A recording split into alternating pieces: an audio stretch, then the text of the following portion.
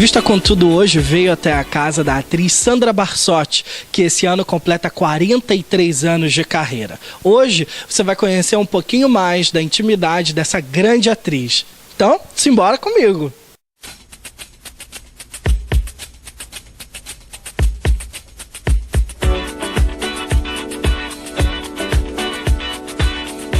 Hoje o Revista Contudo está invadindo um pouquinho da intimidade dessa querida atriz Sandra Barsotti, que está aqui com a gente. Eu queria te agradecer imensamente por você me receber aqui na sua casa, por esse carinho. Seja muito bem-vinda ao Revista Contudo. Nós vamos falar um pouquinho desses seus 43 anos de carreira, muita história para contar. Pela de idade, né?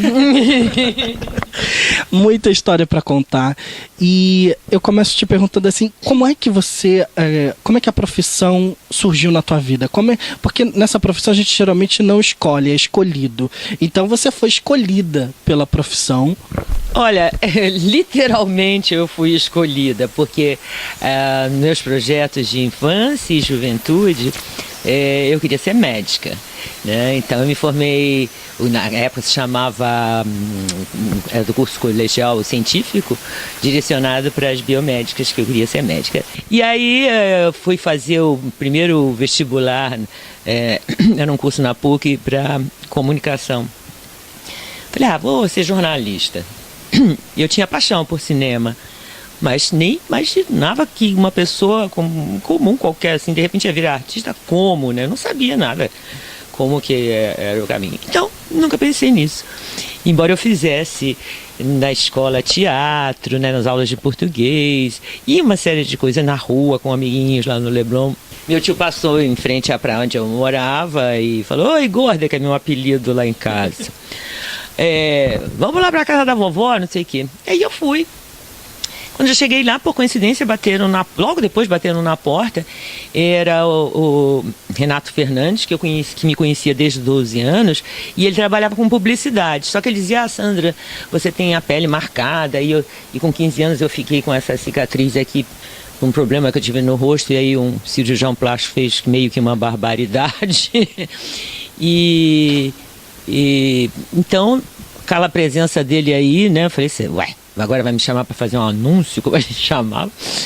Mas ele vinha acompanhado do André Ulliem, que era um belga, radicado no Brasil, que era diretor de cinema, e o Robert, um francês, que seria o assistente do filme.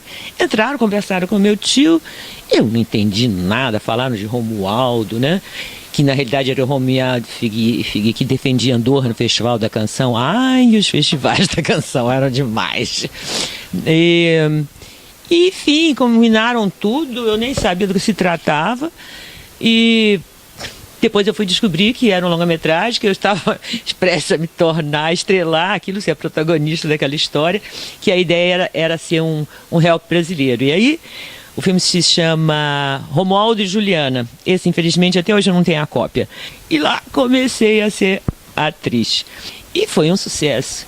E assim veio uma enxurrada, só dessa primeira leva do que foi batizado como pornô chanchada, mas de pornográfico não tinha nada. Isso foi preconceito de um crítico, que até hoje eu não descobri quem foi que cunhou esse nome, que hoje a pornô chanchada é pesquisada, é estudada, né? E daí a sua amiga aqui acabou virando uma ícone da pornô chanchada. Enfim, eu tenho um montão, aí eu virei chique. Eu tentei contabilizar os teus trabalhos e mais ou menos assim passam de 100.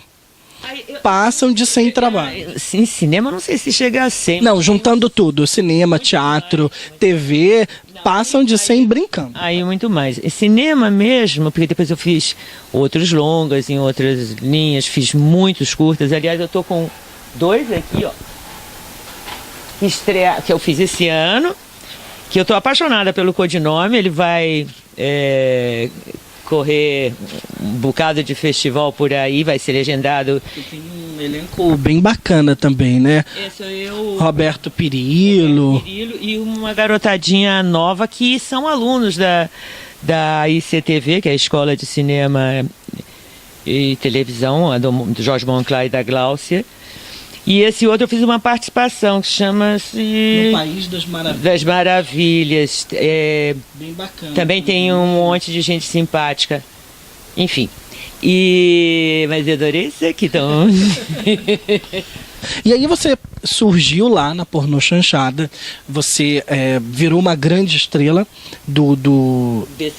desse cinema. Você já era muito famosa no cinema e foi pra televisão e virou um sucesso maior ainda com a Carolina do Casarão, que te levou para Portugal, te roubou um tempo de nós brasileiros e que tornou você amada e querida pelos portugueses. Tá frio aqui no Rio de Janeiro hoje, viu, gente? Bom, em 75 o Daniel Filho, que a gente tinha se cruzado na dublagem lá na empresa do Roberto Farias, ele estava dublando um filme da Sônia Braga, do Zé Vil, que era... Agora eu esqueci o nome, que também foi seriado na televisão. Conversamos e eu achei ele simpático, ele me achou simpático. E aí ele era o chefão lá na TV Globo e resolveu, ele queria me aproveitar na Gabriela. E aí ele resolveu me fazer um teste comigo, tipo, como é que eu funcionava na imagem. Me colocaram num programa Moacir Franco, fazendo lá uma coisinha simples. E aí ele sugeriu a Vancini que eu fizesse primeiro a Malvina, mas aí a Vancini rejeitou a imagem sensual, sexy, enfim, erotizada, que... Aquelas coisas de preconceito que o nego vê, aquilo ali só serve para aquilo, mas não é bem assim, né? Mas também ele...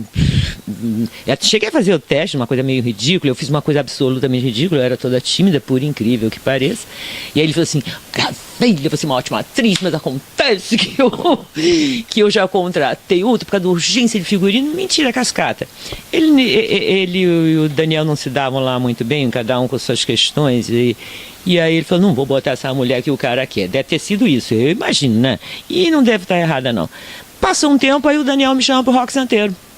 Queria dirigir, que nós chegamos a trabalhar um mês, mas infelizmente foi censurado.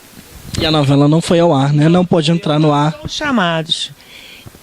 Mas ele pegou aquela turma toda, falou Janete Clerca na novela e fez Pecado Capital, que eu adorei, foi minha estreia em novela, eu adorava a Gigi, minha personagem, e teve muita empatia com o público infantil.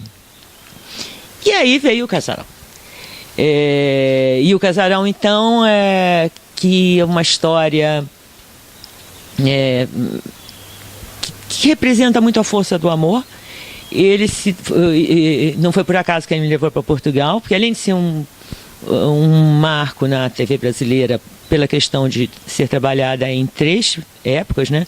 A contemporânea, que era 1976, 1930, que era a Carolina Jovem, que eu fazia, e era vivida pela maravilhosa da Yara Corte. De mais velha, né? Adulta. Na data de 76. E começava em 1910, se não me engano. Teve uma menininha que vivia também a Carolininha. E, bom, essa novela que tinha aquela grande força de um grande amor, né? Que era incrível. Que era vivida na fase jovem eu e o Gracindinho, na mais velha Yara com o Gracindão, como eu costumo chamar, e o Mário Lago maravilhoso e o Denis Carvalho na parte jovem. Esse triângulo, né?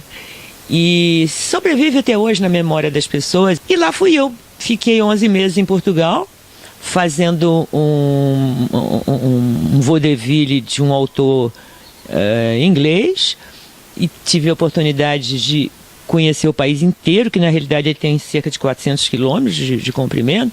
Então eu conheci lá da Manta Rota, que é bem no sul, do outro lado já está a África, até a Serra da Estrela, que tem o famoso queijo da Serra da Estrela. Foi uma experiência maravilhosa. Acabei gravando um disco. Fez sucesso, cantou para os portugueses. Os bombeiros da Malveira no carnaval, tipo, eles não sabiam me dizer nenhuma letra, eu não tenho memória ruim para letra. Eu cantei, sabe o que cantei? Ei, você aí, me dá um dinheiro aí. E a outra que eu lembrava era que não é tanto de carnaval, mas não posso ficar nem mais um minuto com você, sinto muito amor, enfim. E tinha acho que mais uma. E achei o máximo com uma banda, ensaiei na garagem com a molecada e tal. O que você acha mais interessante da profissão de atriz? Como é que eu posso dizer? O que te atrai mais nessa profissão? Uma coisa que me atrai é viver essas vidas, viver essas emoções que permitem você, de uma certa forma, até fazer uma autoterapia, né? Vasculhar os seus segredos. É legal essa possibilidade de ser útil ao outro, porque quando eu quis ser médica, na infância, por conta de filmes que eu assistia. Eu tenho um lado bastante romântico, né? Os filmes românticos do médico no interior, que cuidava dos pacientes pobres, que não tinha dinheiro para pagar e que de repente fazia um bolo. Aquele bolo de fubá que eu disse que ia fazer para vocês, né? Que me deixa com água na boca. Não deu para hoje, né? Prometo para outro dia. Dava uma galinha, dava o que tinham, os trocavam. E aquele médico maravilhoso, empenhado, amoroso, que queria fazer uma coisa com aquelas pessoas. Aí eu achei que eu tinha que fazer isso, né, que eu me identificava com isso. Só que com o meu trabalho, eu fui aos poucos descobrindo que não tanto como nós artistas pensamos, que através dos discursos que fazemos na nossa arte, que a gente transforma o mundo, ou que não é bem assim, mas transforma alguém, ajuda alguém a abrir uma brecha no seu coração, na sua mente, para essa autotransformação. E aí essa, sim, contribuição individual de cada um de nós pode ser forte e capaz de transformar. Antes disso ainda, é que são as nossas atitudes, a voz que a gente ganha, o espaço que a gente ganha. Ela não abre a casa dela para qualquer pessoa. Um quadro que eu sei que você ama muito. Então, esse aí é o meu quadro, que é do meu amigo Avelar Amorim, que é de Miguel Alves, lá do Piauí. Ele é professor de artes plásticas na Faculdade Federal do seu estado, né? Também é ator, diretor, enfim. E ele tem vários dos seus quadros premiados, inclusive esse foi premiado no Salão de Artes Plásticas do Piauí. Chama-se Gente Fina é Outra Coisa. E eu me encantei não só pela pintura, mas como eu relaciono meus quadros. Eu relaciono meus quadros. Oi, linda! com coisas da minha vida, né? Então esse representa a novela Gente Fina, que eu fiz do Erval Rossano. E assim, ele retrata, segundo o meu amigo, eu vou ler até aqui assim, de forma expressionista. Aliás, eu digo com um trabalho de uma técnica assim, como é que a gente diz, de texturas, né, muito bem trabalhadas, é uma coisa incrível. E o que ele diz? Que ele retrata o imaginário fértil e hipócrita que está sendo, daquele que está sendo sempre apreciado numa vitrine de riqueza. Agora, eu faço uma outra leitura, se você me permite, Avelarzinho, que são as mulheres no poder. Espero que ninguém se ofenda, isso é arte. Elas estão comendo a genitália masculina. Quase ninguém nota quando chega aqui em casa, mas a verdade é essa.